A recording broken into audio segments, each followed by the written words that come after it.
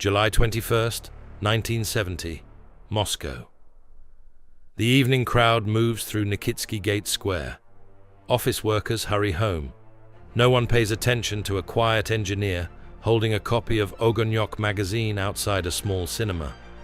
At exactly 6:45 p.m., a man steps up beside him, studies the movie posters, and casually asks, "Do you happen to know where I can watch Eugene Onegin?" The reply comes instantly, "Onegin is better heard at the Bolshoi Theater." That was the password. Within seconds, CIA Deputy Chief of Station in Moscow, Frank Smith, recognized his newest recruit, Viktor Butyrin, an engineer secretly working for American intelligence. What the CIA didn't know was that Soviet counterintelligence had already drawn them into a long, carefully calculated deception operation. At KGB headquarters on Lubyanka Square, it carried a code name, Enigma 2. Today, we're going to find out why the CIA believed Viktor Butyrin was the perfect recruit, what secret Soviet ghost train terrified US intelligence analysts, how World War II espionage was about to resurface in the Cold War, and whether the CIA had recruited an asset or walked into a trap. By the late 1960s, the United States had made major advances in missile accuracy, pulling ahead in the nuclear arms race. Soviet military planners feared that American guidance systems could neutralize key strategic targets before Moscow had time to respond. The answer was radical: mobility. In 1969, the Soviet government secretly authorized development of a combat railway missile system, a train carrying intercontinental ballistic missiles disguised as ordinary freight cars. Within minutes, a single train could launch a devastating nuclear strike. These missile trains would constantly move across the vast Soviet rail network. To American satellites, they would look like any other cargo train. For the CIA, identifying which train carried nuclear warheads became a nightmare scenario. US intelligence needed someone with access to military industry and railway logistics. Viktor Butyrin seemed perfect. He worked at a defense plant in the closed city of Perm, one of dozens of secret Soviet cities that didn't officially exist on maps. Foreigners were banned. These cities housed nuclear research centers, missile factories, and military bases. Residents received higher pay and better supplies, but revealing anything about them could mean prison. Even more promising for the CIA was Butyrin's family connection. A relative, Kolesnikov, held a high-ranking position in the Ministry of Railways, potentially giving him access to information about military transport routes, including the future deployment of the missile trains. But there was something else. According to CIA analysts, Butyrin and his relative had concealed a dangerous secret from World War II, alleged contact with German intelligence. In the Soviet Union, such revelations could lead to catastrophic consequences. The CIA believed this leverage would ensure cooperation. Money was an incentive. Fear was insurance. Their meetings were brief and professional. No trench coats, no dramatic disguises, just ordinary men blending into Moscow's streets. Butyrin received instructions through classic tradecraft: chalk marks as signals, dead drops near phone booths, coded postcards written as if by foreign tourists. Hidden inside the messages was micro-writing, invisible ink containing intelligence reports. The CIA handed him money, communication materials, and a list of questions. A month later, he was to retrieve another package in a Moscow park. Everything seemed under control. But inside the KGB, a different game was unfolding. In November 1970, Major General Grigory Grigorenko became one of the top leaders of Soviet counterintelligence. A World War II veteran, he had long experience running complex deception operations. Because this wasn't the first time Viktor Butyrin had played such a role. During World War II, Soviet counterintelligence, including SMERSH, conducted large-scale radio deception operations against Nazi Germany. In one of them, codenamed Enigma, Butyrin had posed as a captured agent cooperating with German intelligence, only to transmit carefully crafted disinformation back to the enemy. In 1944, false reports helped convince German command that Soviet forces would strike in one sector, while the real offensive exploded elsewhere during Operation Bagration, crushing Germany's Army Group Center. The Germans never realized they had been deceived. Now, 25 years later, the same man was sending reports to Washington. In 1970, Butyrin delivered his first intelligence to the CIA. His reports were a calculated mix of truth and distortion, accurate details about industrial procedures blended with misleading information about military projects and security structures. Disinformation is never pure fiction. It works only when surrounded by facts. The objective was clear: buy time for Soviet engineers developing the railway missile system, and learn how the CIA operated inside the Soviet Union. One theory suggests that Butyrin's wartime file may have resurfaced through the archives of former German intelligence chief Reinhard Gehlen, who later cooperated with US intelligence after 1945. Whether coincidence or design, Butyrin soon appeared on the CIA's radar. And here is the striking detail. His first reports began reaching Washington almost simultaneously with the launch of the Soviet Ghost Train project. Was it coincidence? Or was the CIA carefully led toward exactly the secret the KGB wanted them to see?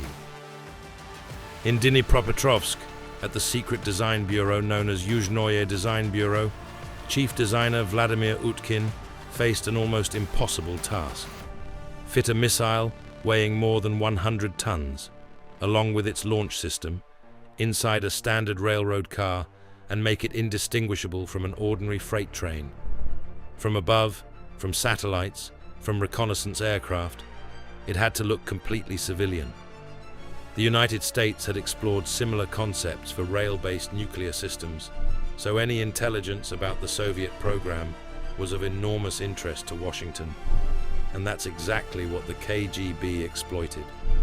Through Viktor Butyrin, the CIA received a steady stream of information, some accurate, some carefully manipulated. The goal of Operation Enigma 2 was simple: send American analysts down the wrong track. The communication channel soon became permanent. The CIA supplied Butyrin with a miniature camera and a radio receiver tuned to specific frequencies. Encoded number broadcasts, often transmitted from Munich or Frankfurt, delivered instructions. A calm male or female voice would read long sequences of numbers in German. If the signal was clear in Moscow, it meant the same frequency might be reaching other agents too. Inside the US Embassy, the CIA station was small, barely a dozen officers, and enormous effort went into each meeting. Surveillance detection routes could last up to 10 hours. Every move was calculated. What they didn't know was that much of that effort was wasted. In counterintelligence language, this is called diversion, keeping the adversary busy, chasing shadows. By the mid-1970s, the missile train project was still under development. It wasn't just about hiding rockets. The Soviet rail network itself had to be reinforced. The trains were extremely heavy. Many tracks required concrete sleepers instead of wood. Such large-scale infrastructure upgrades could attract foreign attention. So more disinformation was fed into the channel. At one point, according to some accounts, the CIA was steered toward a closed Siberian city allegedly involved in missile production, diverting focus away from Dnipropetrovsk.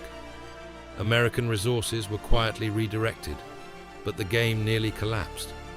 In the late 1970s, CIA officers reviewed wartime archives and discovered that a German intelligence operative, once connected to Butyrin during World War II, had survived Soviet captivity and later returned to West Germany. When questioned, he claimed he had seen Butyrin in the company of Soviet counterintelligence officers back in the 1940s. Suspicion exploded. Washington began asking sharper questions. How exactly had Butyrin obtained his information? Who had he met? Could he be a double agent? Inside the KGB, General Grigory Grigorenko chose to escalate rather than retreat. Butyrin sent an emotional message to the CIA, expressing outrage at their distrust. He claimed he now had access to extraordinary secrets from a highly classified facility, information so sensitive it could cost him his life. But he would hand it over only personally, directly to the CIA resident. The trap was set. In June, CIA officer Frank Smith agreed to the meeting. The exchange was staged inside a bookstore. A specific volume was to be requested. Inside it, hidden material awaited. The moment Smith took the book, a KGB operativna Grupa moved in. He was declared persona non grata and expelled from the Soviet Union within 48 hours. To outside observers, it appeared that the CIA network had been compromised, and that Butyrin himself had been arrested. But that too was theater. At a public lecture in Moscow's Polytechnic Museum, a KGB representative casually mentioned the arrest of a Soviet citizen caught passing secrets to a CIA officer. Foreign journalists were present.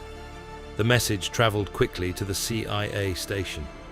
If Butyrin was in prison, he couldn't possibly be working for the KGB. The deception deepened. Soon, a new channel emerged. Butyrin's supposed relative, Kolesnikov, a senior official in the Ministry of Railways. In reality, according to many accounts, the role was played by a specially trained KGB officer prepared for intense scrutiny. When CIA handlers insisted on a polygraph examination, the Soviets were ready.